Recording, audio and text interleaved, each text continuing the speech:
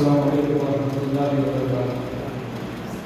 આજે આપણા દરેકનો ભેગા થવાનો સૌથી પહેલો મકસદ એ છે કે આપણે આપણા ભવિષ્યને તૈયાર કરવા માટે, એટલે કે આપણા બાળકનું ભવિષ્ય ઉજળું જોવા માટે આજે આપણે બધા પોતાનો કિંમતી સમય કાઢી રહ્યા છીએ.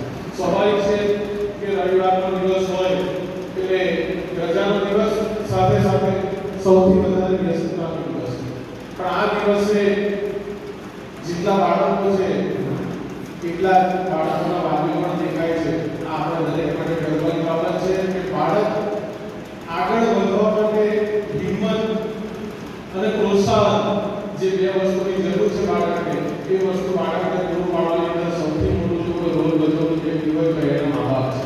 તો આજે ખુશી ઘણી થાય છે કે આજે મા બાપ બાળકો સાથે પોતાનો સમય કાઢીને આવ્યા છે. આપણી જોડે અલ્હમ્દુલિલ્લાહ ટીમ છે અને સૌથી વધારે વિદ્યાર્થીઓ જેઓ 12 સાયન્સ કમ્પ્લીટ કરી, નીટની પરીક્ષા કે જે જોવામાં આવે તો સૌથી ટફેસ્ટ એક્ઝામ, કે જે રીતે યુપીએસસી ની એક્ઝામ છે એક સૌથી કઠિન પરીક્ષા છે, એવી જ પરીક્ષા એક ગવર્મેન્ટ છે કે જે નીટની પરીક્ષા છે.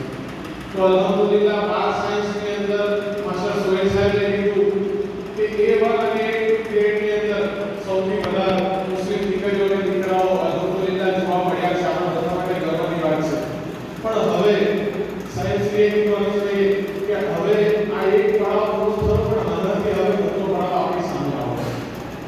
એટલે કે આપણને એવું હતું કે આપણા બાબા કહેતા હતા કે 10મામાં મહેનત કરી લે પછી આગળ વધો નહીં. આનું આ સૂત્ર, આ વાક્ય આપણે ધોરણ 12 ની અંદર સાંભળ્યું કે બેટા 12માં સારા ટકા લાવી દે પછી વાંધો નહીં. પણ અલ્હમ્દુલિલ્લાહ એ વાતનો પણ સારો જવાબ અનિશભાઈ સાહેબ આપ્યો કે ટકાવારીની જરૂર હવે આપણે 12 સુધી હતી.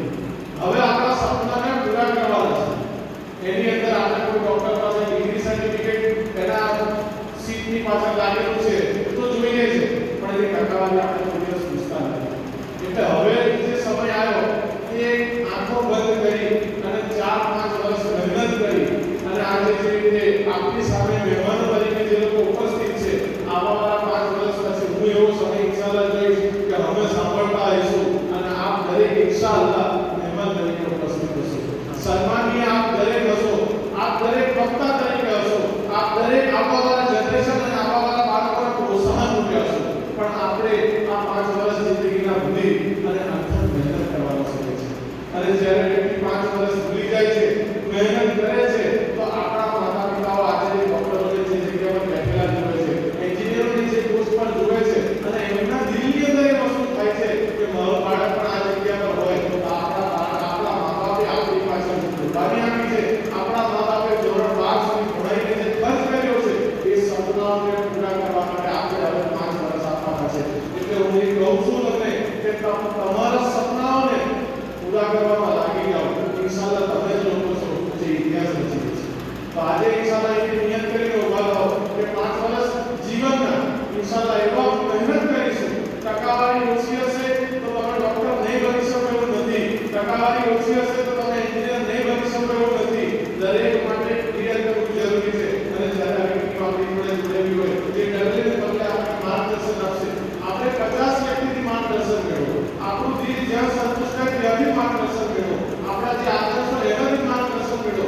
10 જણને પૂછ્યા પછી આપણે એક પગલું ભરો, પણ આપણે એક પગલું ભરેલું એવું હોવું જોઈએ જે આપણા મા બાપ માટે અને આપણા સમાજ માટે હંમેશા માટે ગર્વ અનુભવવાનું હોવું જોઈએ. તો આજે બેઠેલા દરેક સાહેબશ્રીએ પણ કહ્યું કે તમને પ્રોગ્રામ પૂરો થતા પહેલા એવો સમય આપીશું કે તમે તમારા પોતાના પ્રશ્ન પૂછી શકો છો.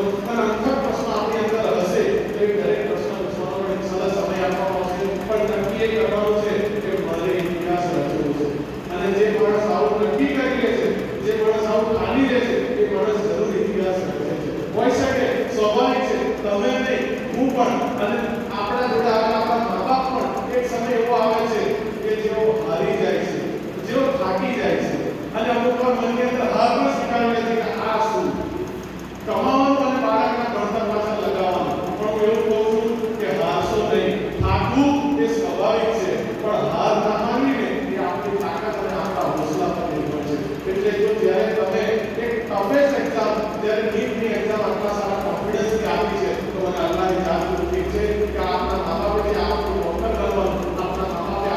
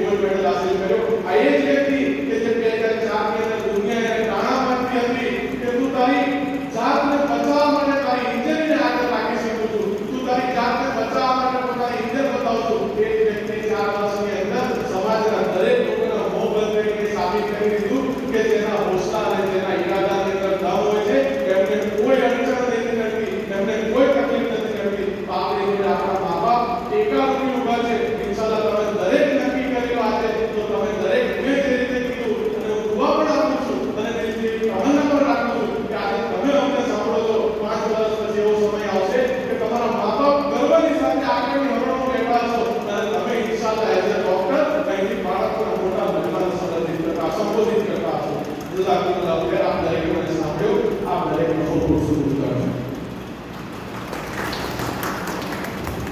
ખૂબ ખૂબ આભાર અસીમ રવાલા સાહેબ, કે જેમણે આપણને પ્રસંગ